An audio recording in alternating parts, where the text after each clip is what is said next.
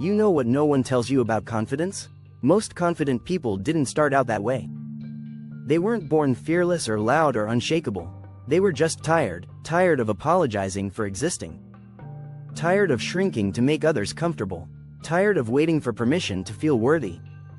If that's you, this video is your permission slip, not to become someone else, but to come home to yourself. Because real self-confidence isn't about pretending to be perfect. It's about learning to feel safe in your own skin. Even when it shakes, even when you're scared, confidence isn't a look, it's a way of being. It's the quiet knowing that you belong, even if you don't fit in. It's showing up for yourself, even when others don't. And it starts with a decision, to believe you're already worthy of taking up space. You don't need louder makeup or louder words, you just need a louder belief in yourself. And belief is something you can build. One breath, one choice, one moment at a time.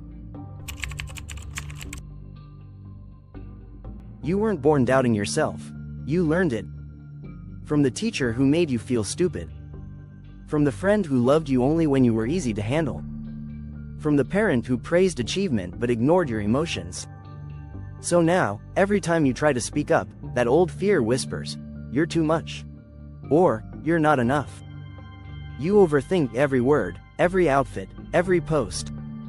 You compare yourself to people who don't even know you, and still, it never feels like you measure up. But here's the truth. Insecurity isn't a reflection of your worth. It's a reflection of how you were trained to see yourself. And the good news is, what's learned can be unlearned. Your insecurity might feel personal, but it was built by systems, people, and patterns you didn't choose. You were conditioned to doubt, not born that way. And every time you notice that voice of shame, you interrupt the pattern. You don't have to yell back.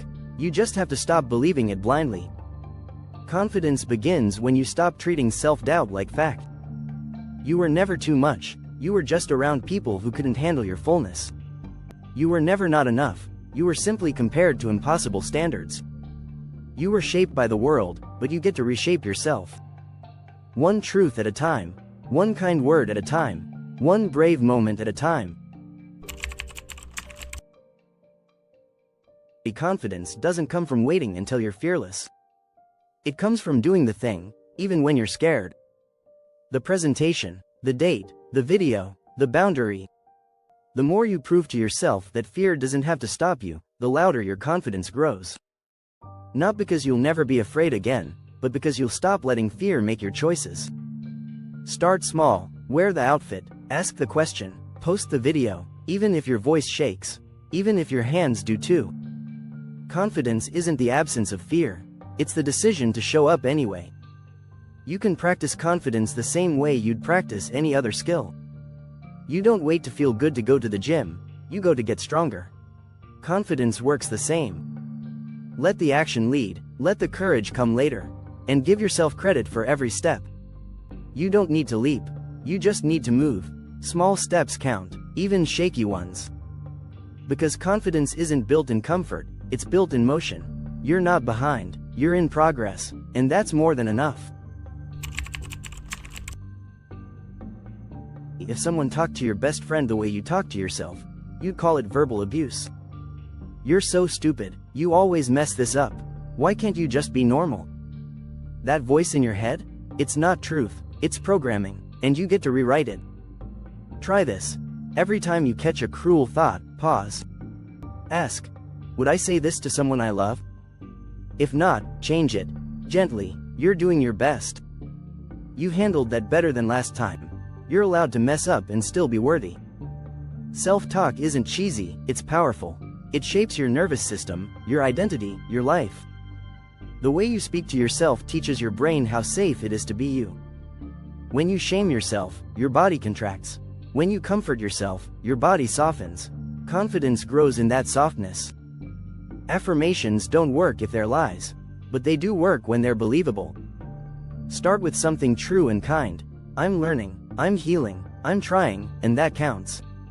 Speak to yourself like someone worth loving, because you are.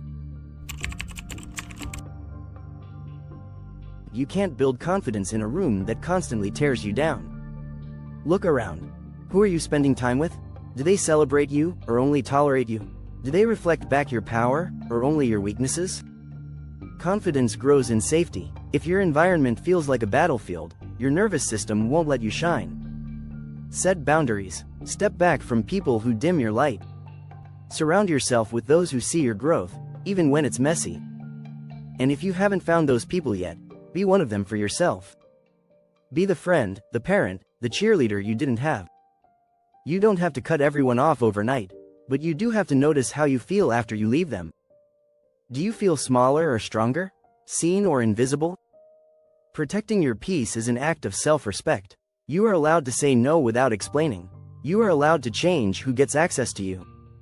Growth will make some people uncomfortable. That doesn't mean you're wrong, it means you're outgrowing your cage. And your confidence is waiting on the other side. And social media is not real life.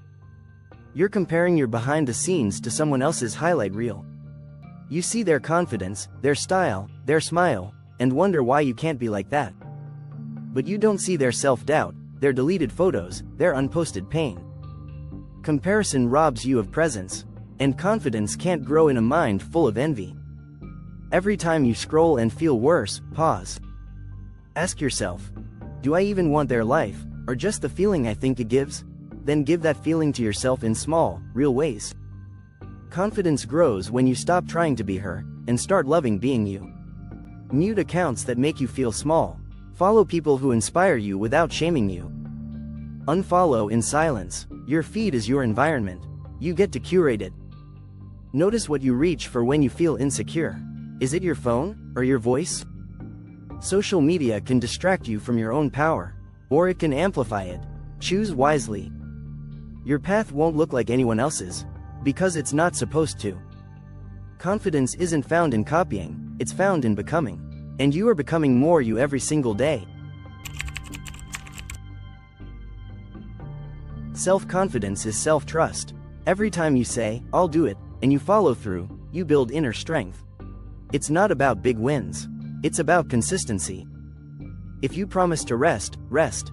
If you say you'll drink water, move your body, finish a task, do it with love, not punishment.